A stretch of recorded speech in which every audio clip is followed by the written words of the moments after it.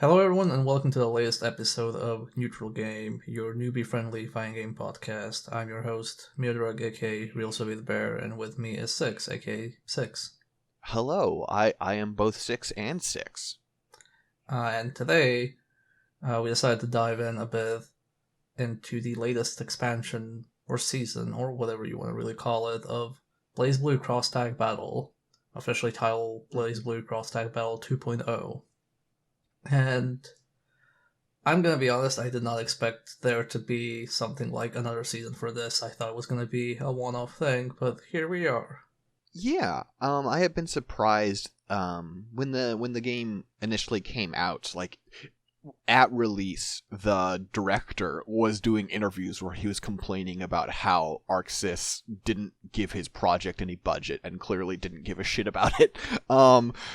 And so it seemed like from the horse's mouth, like, okay, this is going to go out and they're going to, do what they promised to do, release the characters they promised, and then that would be that. But yeah, that is not how it's gone. I wonder how much the Switch version has to do with that, or like whether on PC it also took off, because like they know their sales for Guilty Gear, BlazBlue, and all other games. They know which numbers to expect, and it doesn't sound like they got what they were expecting. It sounds like they got more. Yeah, I guess that must be the case. I know for my part, I've recommended the game to a number of people because I thought it was a really good game, and also just hit a style of fighting game that I feel like we don't get much. Like it's this sweet spot for me between your big like Marvel vs. Capcom style tag games and then one-on-ones. But we already did an episode about the base game, so I don't need to go on about that again. Yeah, I also want to add like maybe Evo had a lot to do with it, because we did mention that on the Samurai Showdown episode that they did get another season confirmed, and that was also an Evo game. So hey, maybe being main stage Evo has even more to do than we thought. Mm-hmm.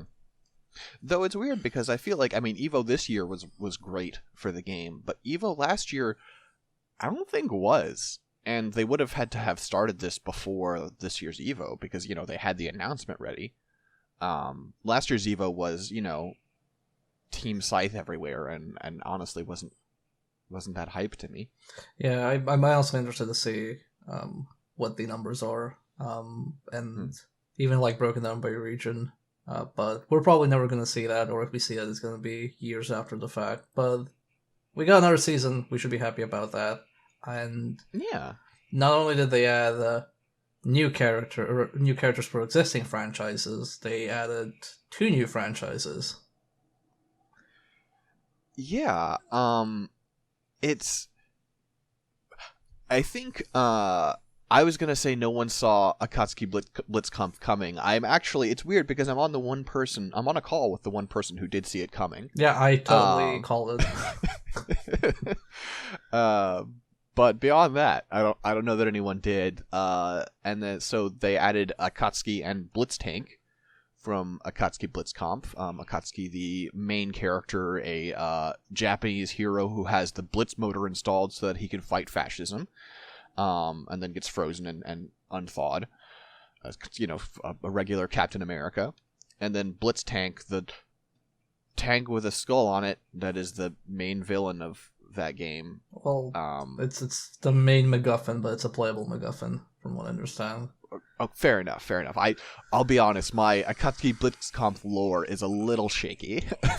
I haven't played the game, but from what I know, the big baddies are like Bison-style war general leaders. They're really bad, and the Blitz tank is kind of like this thing stuff revolves around, but also it's playable. Yeah, so I feel like the picks here, Akatsuki is a natural pick. Once you accept that they have chosen the game, Akatsuki is a natural pick because, he's in UNIEL and UNIST and, Unclear coming up. And well-liked in that. He has a pretty good representation in that game, so he has that recognition. Also, he's the main character. And then Blitztank feels like the other breakout character from that game just as a meme, because it's like, oh shit, you can play as a tank. But also, it's a game about Nazis, and, Blitztank, therefore, is also sort of a Nazi, but it's just a tank, right? Like, it's easier to put that in your game than a dude in a Nazi uniform. Probably. I'm just like very well. So Akatsuki makes sense because in a way I feel it's a cop out because they can essentially go, oh look, Under Night has a guest character and they have sprites for that character. What if we took that character, which is essentially from Under Night in the Under Night version, but then we can say it's another franchise, right? Right. So in that way, like, it makes sense. The Blitz tank, I think it was a damned if you do and damned if you don't thing. Like, if you include Akatsuki, everybody's gonna complain if there's no Blitz tank, and if you add the Blitz tank, everybody's gonna complain that there's a Blitz tank. I don't know that anyone's complaining. Maybe you've seen some stuff. Everyone I've seen is like baffled but excited. Yeah. But yeah, they did rework the Blitz tank sprites quite a bit though, because the original Akatsuki is a Dojin fighter and it's not really that high fidelity. Speaking of, I don't know why this only just now occurred to me, but if they added Akatsuki because he's in UNIEL, are they going to add Eltnum? Maybe. I mean, that would also be like an easy Melty Blood cop out and just say, oh, we have a character from Melty Blood, and they just happen to add her because it's, less work. So I feel like at this point, given the shape of their thing, they have a, like, originally they had their icon, which was like, the 4 like fates in like a little square, little diamond, and then as they've added fates, they've sort of added as extra squares, and at this point they have sort of 2 interlocking. And you couldn't just add 1 more; it would screw up the symmetry of it. So you'd have to add 2 more. I mean, you can make symmetry and just make a center one, which is the new one you're advertising. That's true. But yeah, I also want to add like out of the 2 franchises, and we're gonna move to the next one. Out of the 2 franchises, Akatsuki Blitzkampf is the only one with 2 characters. Ergo, like reinforcing my idea of they just picked it because they already had Akatsuki. So if they added, like, say, Melty Blood, they would probably add a Melty Blood character and Eltnum. That would be my guess. I think that would be the way to do it. But also maybe they just do Eltnum because... Well, yeah, no, that makes sense, because they had to do less work on Akatsuki so they could do Blitz Tank. And so, yeah. And then with the other franchise we're going to talk about, they had to create that from scratch. So I assume that's part of why they only did 1. And also keep in mind that the Arcana Heart sprite is also from scratch.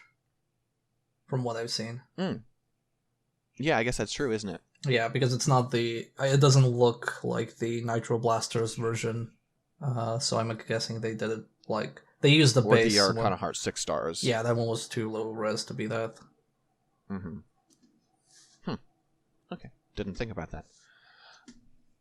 But the other fate that has crossed with us is very near and dear to your heart.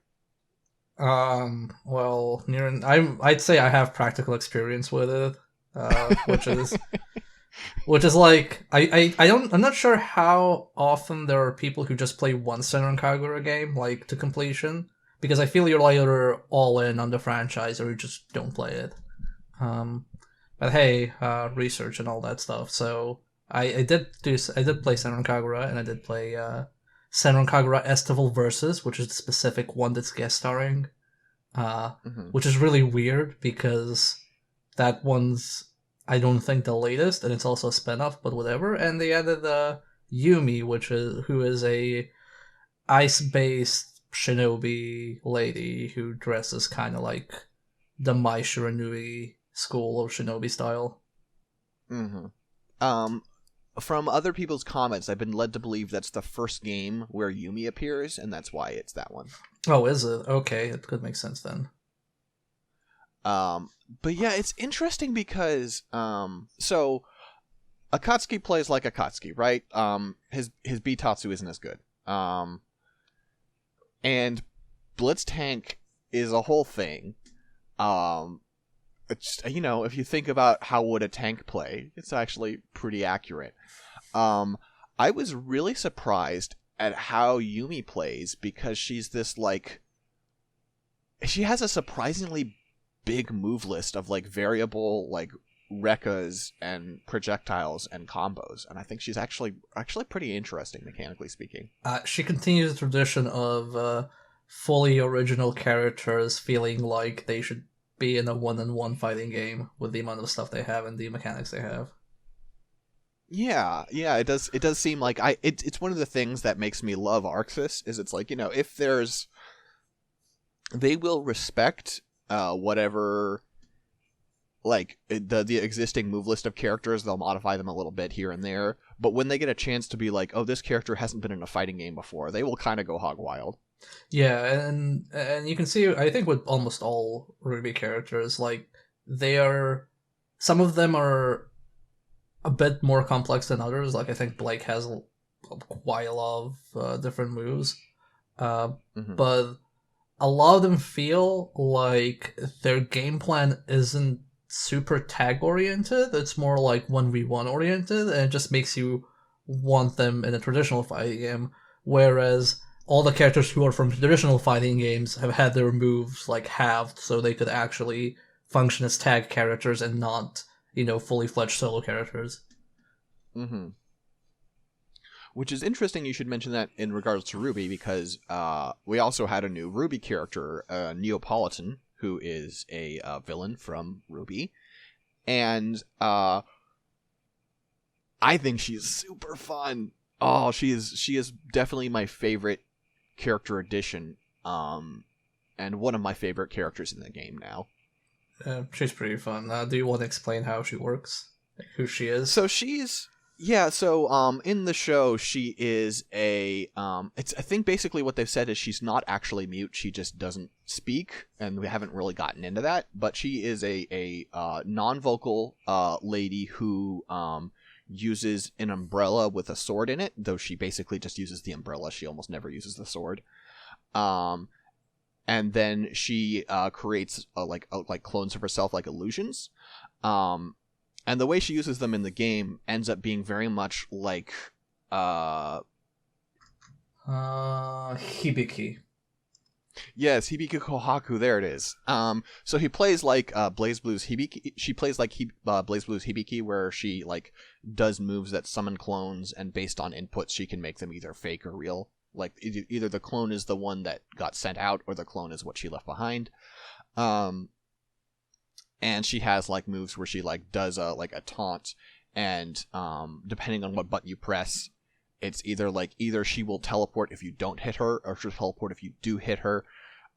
She has a lot of good mind games and just really great range on her normals. I don't know. She just plays a really, really fun like mid-range like normals and fake out game that I think is really fun. Yeah. Yeah, she seemed pretty fun. Again, I had like the issue with her where her kit kind of makes me want to focus on her instead of like tagging in and out, so I couldn't really fully wrap my head around her.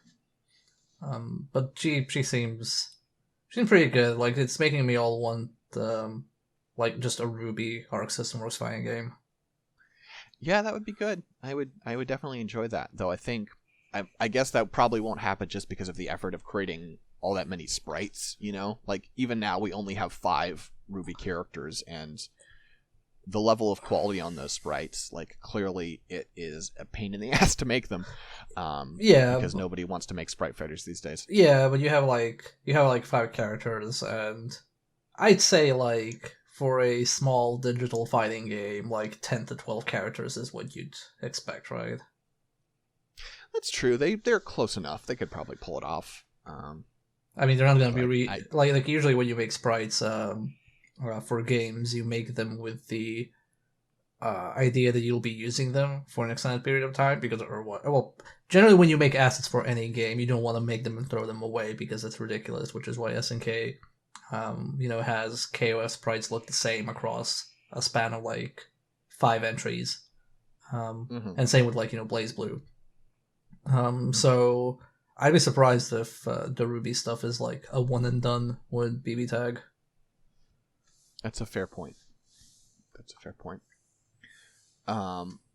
We also get a bunch of characters from the core franchises, like BlazBlue, Unist, and Persona. So from BlazBlue, we get Celica and Susanoo.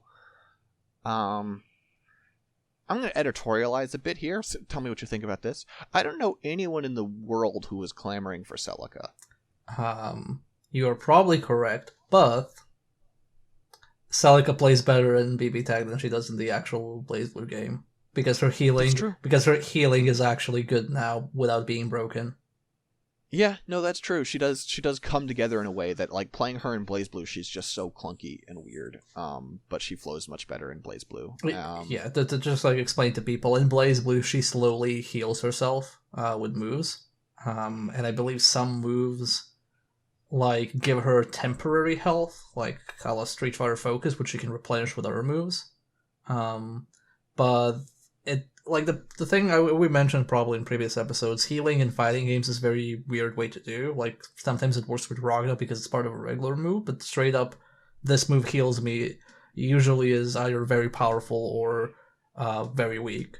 And that was true with Celica. I think like her healing wasn't that good in BlazBlue. Mm-hmm. But in this one, what they do is they have her healing recover red health without her being tagged out. And that, I think, makes it actually work really well because it's a mechanic that already exists in the game. She just accelerates it in an interesting way. Mm-hmm. Yeah, and so like she has like a game plan, which is like if she gets openings, she can heal herself and therefore stay in the fight without tagging out longer. Like she has a clear purpose for that mechanic. Yeah. Susanoo is kind of fucking ridiculous in this game. I mean, like, actually playable because there's no gimmicks. Also, just like, I mean, I don't know if you've messed with Susanoo at all, but like, just disgusting damage. Like, I've played like various characters. I played like Linnae for months. Day one was Susanoo just in the lab. I did a combo that did 80%, and that's more than I've ever done with any other character. He's just ridiculous. Yeah. But he hates all his tag partners, so do you wanna sacrifice that for damage? It is the case where everyone except for RWBY, he's just like, you're the fucking worst and I will kill you as soon as I'm done with them. No, please. He just says he will kill everybody. The only person he says you're the worst is, I believe, Neopolitan, because I guess he just hates illusionists very, very much. Yeah, he doesn't seem very fond of them. Yeah. But yeah, with RWBY, she has a great bit of dialogue where she is, so her classic thing, of course, is that she loves like cool equipment. And so, like, she admires Ragna's weapon and stuff. And she's like, oh, that's a really awesome set of armor. Can I try it on? And Susanoo's like, oh, you would dare to wear the power of a god if you can handle it very well. It's like, okay, this is great. Yeah. But yeah, I wish they simplified Naoto as much as Susanoo, or rather just remove his stupid dash, but here we are. Yeah. Some people get stuff, some people don't. I got the Blitz tank. I should stop complaining, I guess. I mean, I played a little bit of Naoto in story mode, and I'm sure I wasn't optimal, but he didn't feel that bad to me. Oh, no, he is infinitely easier than he used to be, but they still kept the micro dashes if you want to play him, like, properly. Yeah, it ain't great. I don't know why. I don't even know why that's still a thing. I don't know why that was a thing in the original, but whatever. I complain about that a million times. There's also Unis. They added a character.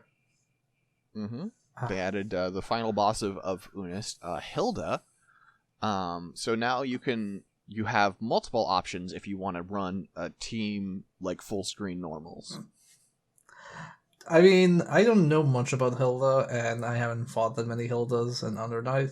But if the story mode is anything to go by, she's a pretty good villain. She's all right. She's very much like the delighting in the chaos, condescending evil lady, but like it's fun. Her voice performance is really enjoyable, and it's she strikes like a very nice balance between corporate and chaotic, I'd say. Yeah, I can see that. And I do think her toolkit is enjoyable enough. In this game, it makes a little more sense to me because a lot of times that's what this game will do, is by simplifying the moveset, you kind of get to the core of it faster. When I played her in Unist, I was having trouble understanding what I was supposed to do, but in BBTAG, it's not hard to understand at all. Yeah, it rarely is with the BBTAG cast. Mm-hmm. And then I guess this franchise feels like it's kind of gotten the backseat lately. At least that's the perception I'm getting. Especially like with the story mode. But we did have 2 Persona characters, Elizabeth and Adachi. So Elizabeth has always been a really interesting character, and it is they had to make some changes to her to implement her here. Like one of the cores of her game plan in Persona 4 Arena was Hamon and Mudon, which were 2 supers she could do that were delayed activation. Like she'd cast them and one of them's on the ground, one of them's in the air. But they take like 10 seconds or something to turn on. But if you get hit by them, you just die. And obviously that's a little busted for a tag game where it's really easy to lock people down. So in this they just do, really good damage if you manage to lock people down. Mm-hmm. But she's still like her implementation is still really interesting because they gave her the awakening mechanic from Persona, where like when you go below like 30% health, you gain more meter and you gain access to additional moves, and your moves gain new properties. But for some reason you don't get your own version of the music, your own song that just plays over and erases the soundtrack. It seems like a mistake to me. Yeah. But I don't know. She seems really complicated, but she's a really cool addition to the cast, I think. And what do you think about the deadbeat cop? Adachi was really weird in Persona 4 Arena. Ultimax, obviously, was the one he was in. He had some neat mechanics, but he had a lot of like moves that didn't make sense. And I feel like they've done a better job of making his toolkit make sense, but then there are ways in which things they didn't carry over speak volumes. Like, he's got a gun that he never shoots. Yeah, I was like doing down forward moves, and I just never see him shoot the gun. I'm like, wait, he has a gun, Naoto has a gun. Shouldn't this be working, similarly? Yeah, well, because even in Ultimax, the one way he could use it is he could shoot the ground. Like kind of like Blake's little quick draw move. Yeah. And it was a worthless move.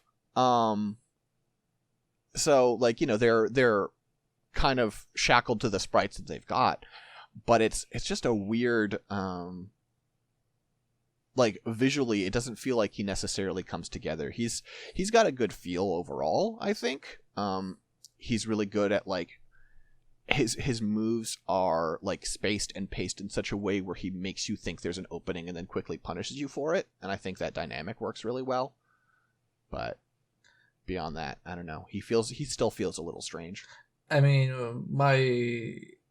the biggest addition for me with Adachi is that it makes me more interested in actually maybe playing Persona 4, because I'm not super into the character designs of Persona 4, and playing the story modes and seeing the characters how they look, he's kind of been the closest to, oh, this might actually be an interesting character. I'm kind of curious what his deal is. His deal is a whole thing. He has probably the most going on by the point of Ultimax of any Persona character, because that guy has an arc. Yeah, I've imagined as much, and the story mode, like I don't know if this is an Ultimax thing or an actual Persona thing, but he seems like he's useless, but then in the story mode he seems like he's super powerful, and I'm just very confused at what his deal is. So yeah. If you want, we could talk off air. I don't want to spoil Persona for anyone. No, but, you shouldn't spoil it for me. I'll probably get around to actually trying to play it. But yeah, he's like, there's a great, we'll talk about the story mode later, but there's a really great exchange the first time he appears in the story mode where Blood Boy Naoto is like, he's fighting Azrael with with Adachi, and then he's like, "Oh shit." And this is never gonna end. And Adachi's like, just get out of here. I'm fucking whatever. I'll take care of this. And Naoto's like, can I trust you? And Adachi's like, what? No, don't be an idiot. No, I think he specifically says, "Kid, you can't trust anyone." Yeah, like Adachi, speaking more generally, is extremely a character who has a lot to say about millennials. It's great. How? Okay, this isn't a spoiler, but how old is he? Because I can't tell. He has like a kid's face, and in Persona, gray hair doesn't mean anything. He's mid-20s. Okay. He looks so much more tired. Yes, that is important for you to note that. Anyway, before we go, but yeah, I'm glad he's in. I've always liked his lines and his voice actor and just his look. So maybe this will push me over the edge and make me actually play Persona 4. You're going in the fucking TV. So that I know about that spoiler because of some stupid YouTube video. But yes, I will. I'm looking forward to it. We also had some balance changes to the game. All like the characters with the most health didn't get any health buffs, but everybody else got buffed up a little bit, a little more health to everybody. I think in accommodation for some of the system changes we're going to talk about. And then almost every character got some buffs, but the weird thing is, like, looking at them, it doesn't really feel to me like it was a response to what the meta was before 2.0 came out. Like as you noted, Persona characters have seemed to get the short end of the stick. Like, nobody's really playing them. Mm-hmm. I didn't like there isn't especially more buffs for Persona characters. They like one of the only characters they nerfed overall instead of buffed was Merkava, who was not a big problem. Gordo and RWBY got buffs, even though, you know, they're top tier. So it's a little confusing, but overall it was one of those, like, you know, rising tide raises all ships kind of approaches. Yeah.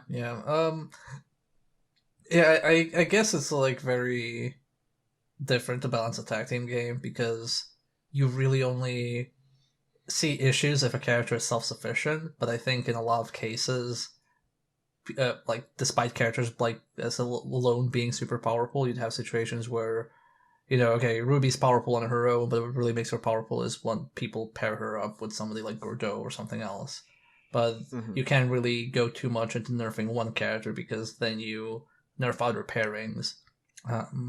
And I guess, like, if you know in, like, Dragon Ball Fighters, how everybody had Vegeta for or Vegeta for the assist. So kind of like imagine that on, how can I say this? Imagine basically that you have so many combinations and permutations between all characters and all their moves that it is very hard to nerf one specific thing or one specific character because they kind of are meant to complement each other. So I can kind of see why they didn't go too much into nerfing anyone in particular, and kind of just gave overall buffs like survivability and stuff like that.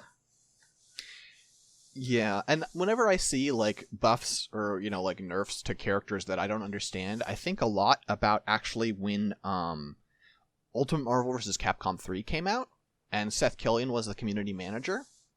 And there were nerfs to Jill Valentine, who was not a strong character. And people were like, wait, why'd you nerf Jill? And Seth, who's always been, like, a really great, like, at being open with the community, was like, yeah, we did some internal testing and we found some tech for Jill that you haven't found yet that made her unbelievably busted. Yeah, and that's also probably another thing to keep in mind. They might have found some stuff internally or just found responses internally that the community hasn't. So, you know, whenever I'm puzzled, I'm like, well, you know, they have this thing where they made the game. And sometimes that means they have better perspective on what's possible. Well, we'll also keep in mind that if you have a dedicated QA team, that's people who spend, you know, around like 5 hours a day at least, like just playing your game and trying to break it over their knee and get paid for it. Sure.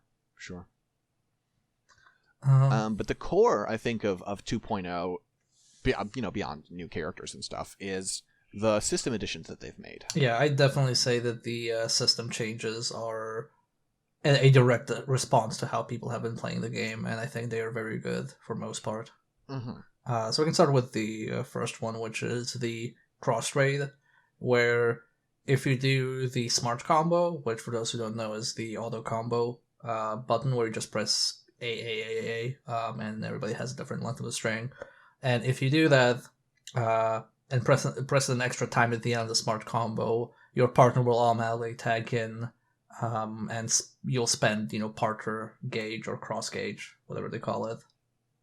Mm-hmm. But they'll also go into that powered up state, which a couple of things here use the powered up state, and it's a thing that in the like base version of BBTAG only occurred if you did an active tag, which is where you call an assist and then switch to them during the assist. It was like a mechanic that barely existed, and it seems like they really want to push it more as something you do here. Oh, the active tag, like when you control two characters at the same time? No, if you call someone in to do an assist move and then hit the tag button to switch to them while they're out doing the assist move, they get like an aura, and that gives them extra damage on their moves and stuff. Mm-hmm. Yeah, I'm not like too into this one, but I guess they saw that, like you said, people weren't using tagging in and out in that way enough, so another venue for people who just keep pressing buttons to, actually be able to play the game. Although it did catch me off guard when I started, where I was like, wait, why is my character just tagging in all of a sudden? Did I bind my buttons wrong? Mm-hmm. Yeah, I kind of wish it was on, like, the B auto combo or something. The fact that it's on the A, which is, like, the more used auto combo, means that if you're playing someone who isn't, like, really proficient at their combos and stuff, there's just non-stop tagging in a way that gets a little tedious. Yeah. So I think I like it overall. I just wish it had been implemented a little differently. Yeah. Another thing they've added is they add the extra assault, which is when you do a clash assault, which is the neutral C button, where your other partner jumps in and you both just wail at the opponent. And originally how the mechanic works, and still does, is once you launch the opponent into the air at the end of the animation, you press a button, and depending on how you timed that button press, you'll do a different amount of damage. Like it goes from good, excellent to marvelous.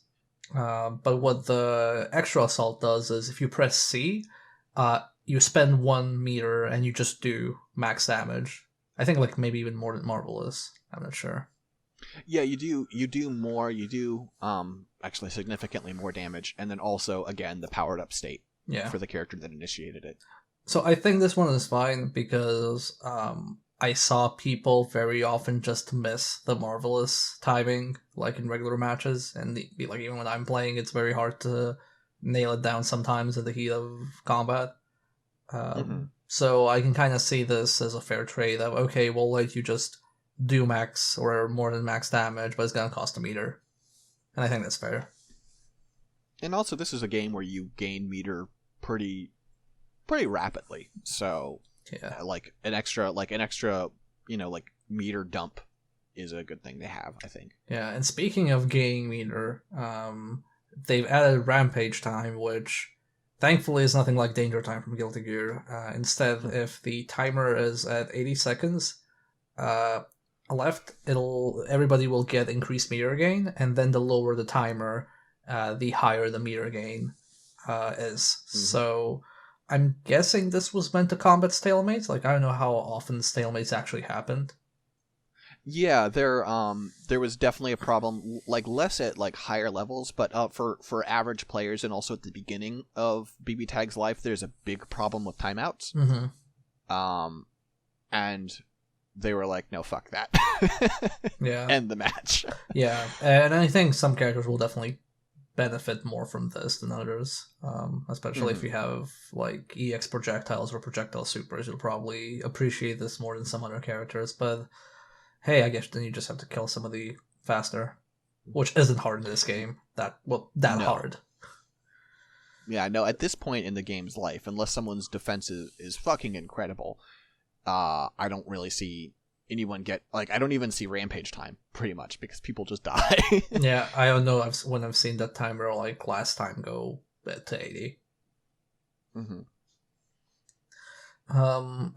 And the biggest and my favorite change is the delayed entry. Thank God they've added this. So when your character or current active character dies, how it used to work is after a certain amount of time, your backup character will automatically swap in with an attack. The problem was people learned the timing and essentially just baited the character, so your character jumps in and then they're just destroyed. That there's nothing they can do. So they've added a delayed entry where you can hold down A, B, or C to delay up to 1 second when your character will actually fly in. Mm-hmm. And so the delayed entry the entries were always like invincible, and you did like a hit. But if you were up against a character who had any kind of setup ability, then they could basically get you blocking the second you got in. That was the problem. Yep. No, it was pretty difficult, and I'm glad they added that. Mm-hmm. And I think those are all of the overall like general changes we've covered, and mm-hmm.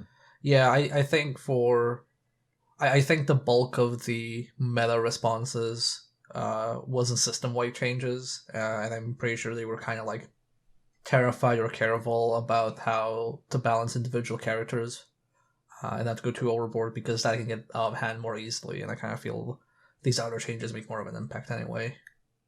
Mm-hmm. I think overall, like the intention feels like they're trying to lean more into, you know, like the things that made this game unique. Like they want to make it more about like actively switching your partners. They want you to do things to set up a powered up state, and they want you throwing out a bunch of supers.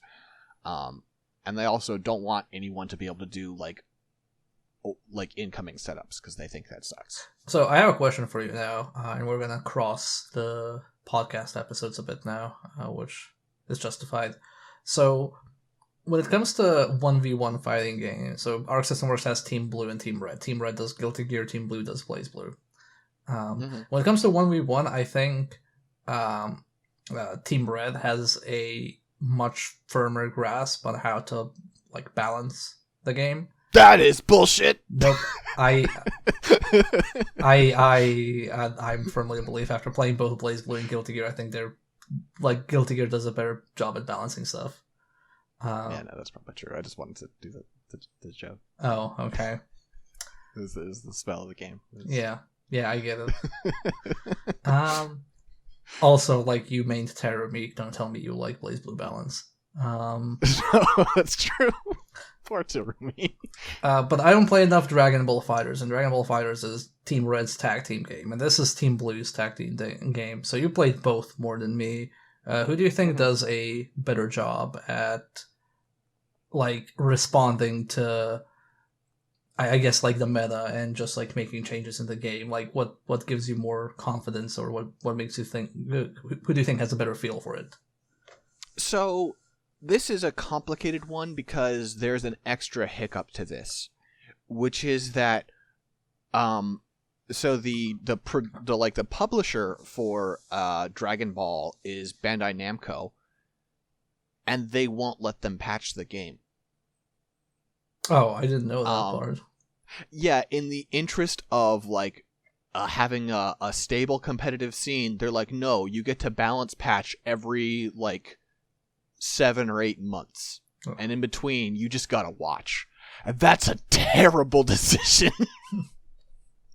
That's what's led to, you know, like GT Goku being the fucking worst. So like, judging by the games they have put out, I would say that Team Blue is better at it, but Team Red is so handicapped where like they'll put out characters and I'll be like, oh, this character's broken, too bad we're not allowed to change it.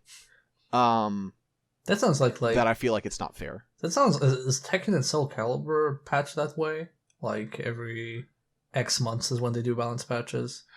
Well, they do balance patches, I believe, every time they release a character, which is fairly traditional. Like, GT Goku was released in May.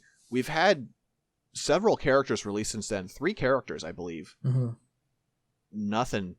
No balance changes. They're not allowed to. That is so weird to me. Yeah, I find it a really bad decision on Bandai Namco's part. But I guess there's a lot about Dragon Ball that I feel like they're mismanaging. But so yeah, I guess my answer is judging by the results, Team Blue. But it feels like the situation is unfair to Red. Mm-hmm. I guess like if we were to like disregard like the patches and stuff like that, because it was both teams' first foray into tag style fighting, which do you like prefer, or which do you prefer kind of like at the start? When the games both launched, Yeah. I think that Dragon Ball was in a better balanced state. Mm-hmm. But I feel like it seems to me like BBTAG has gotten a better, like, as they release characters, they're honing in on it. Like, characters aren't coming in ridiculous. They're like, okay, we're understanding better and better what this game needs as we go. And I feel like Dragon Ball has had the opposite arc. See, one thing I am very impressed by with BBTAG is that they managed to release like 4 characters at the same time without things breaking. Mm-hmm.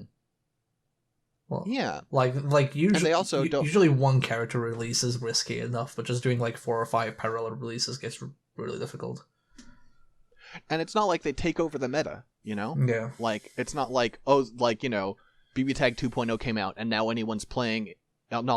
anyone's playing is like Susanoo and Blitztank. That didn't happen. Yeah. So yeah, I really appreciate the way that they've kind of dialed in on what the game needs. And yeah, as I say, with it reminds me of, like, Dragon Ball reminds me of League of Legends, where it's like a new character comes out and they are the meta for X number of months because they're just ridiculous, and then a new character comes out and they're more ridiculous, and it's like, okay. I mean, that kind of makes sense in universe with Dragon Ball, though.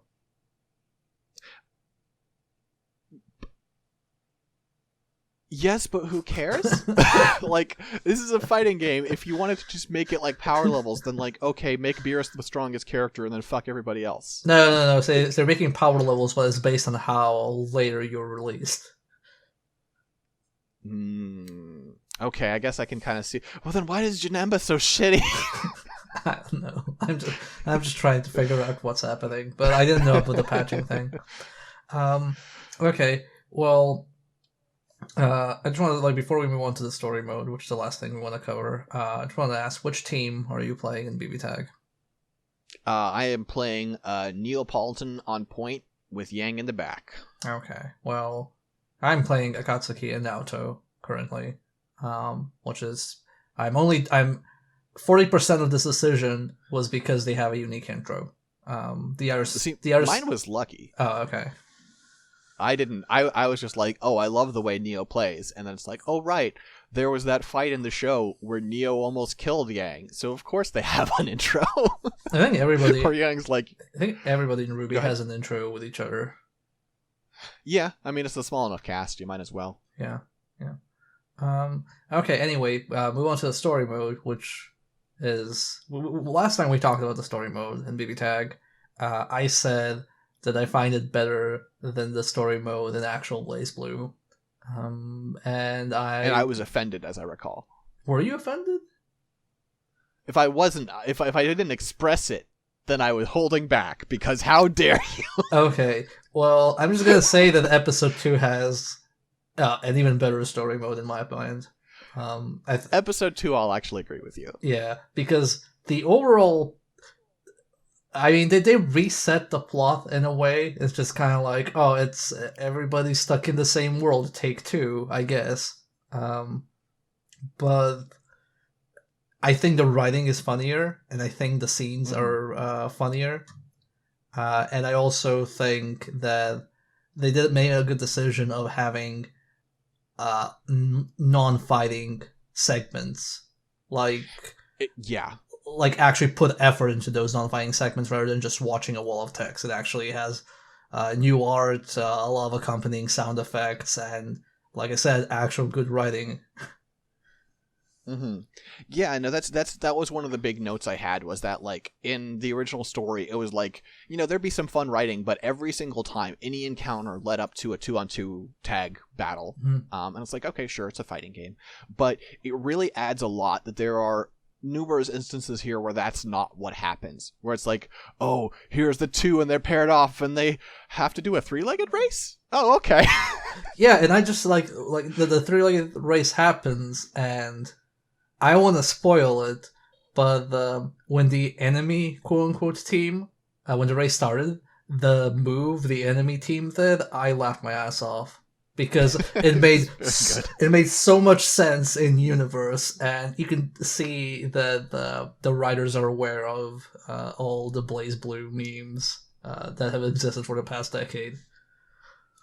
Yeah, the awareness of the writing is really good, and there's some great stuff. I had a really good again, I don't want to spoil too much, but like I will sort of spoil one sequence, which is that Blood Boy Naoto is walking through the forest, and then he like hears a voice from up above, and he looks up, and there's Rachel hanging from a tree, and she's just being, her usual super condescending self, and he's like, "What are you doing?" And she's like, "Isn't it obvious? I'm trapped." Just like, how did you manage to say that condescendingly? And she's like, "I'm sorry, I'm just condescending all the time. I can't turn it off." No, they're pretty good lines, and they made sure that each of the new characters had a bit of a moment as well. So I'm pretty happy about that. And also characters that were added post-release that weren't new with 2.0, but weren't in the original story mode. They also added them.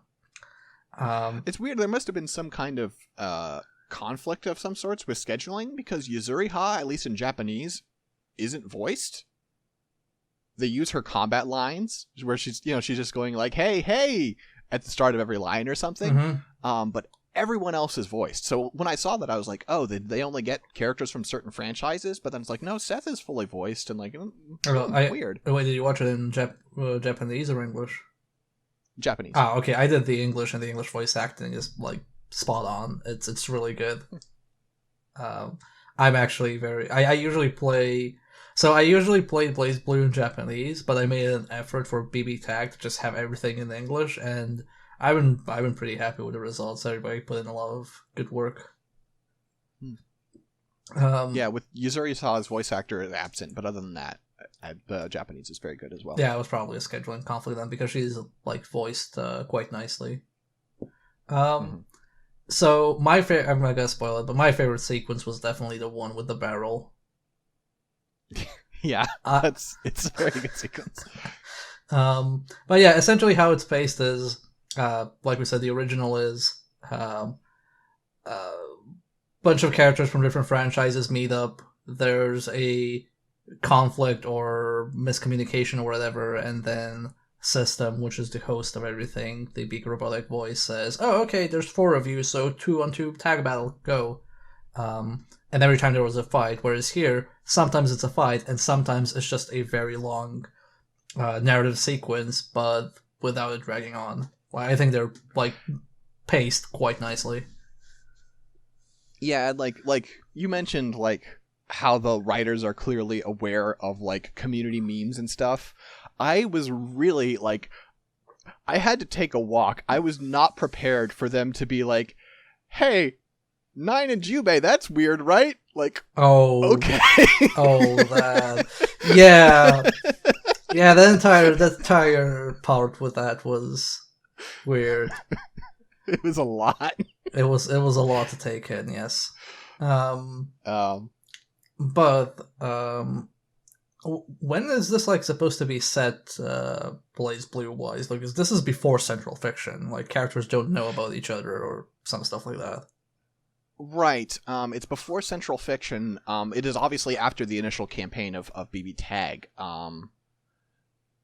I think it must be after Chrono Phantasma? Yeah, like no, or it's either after Chrono Phantasma or after Continuum Shift Extend, because the computer system has been taken over. Mm-hmm. Yeah, because we have Izayoi and stuff like that. Or maybe they just pull characters from different timelines, because, Ragna doesn't have a clue who the fuck Naoto is.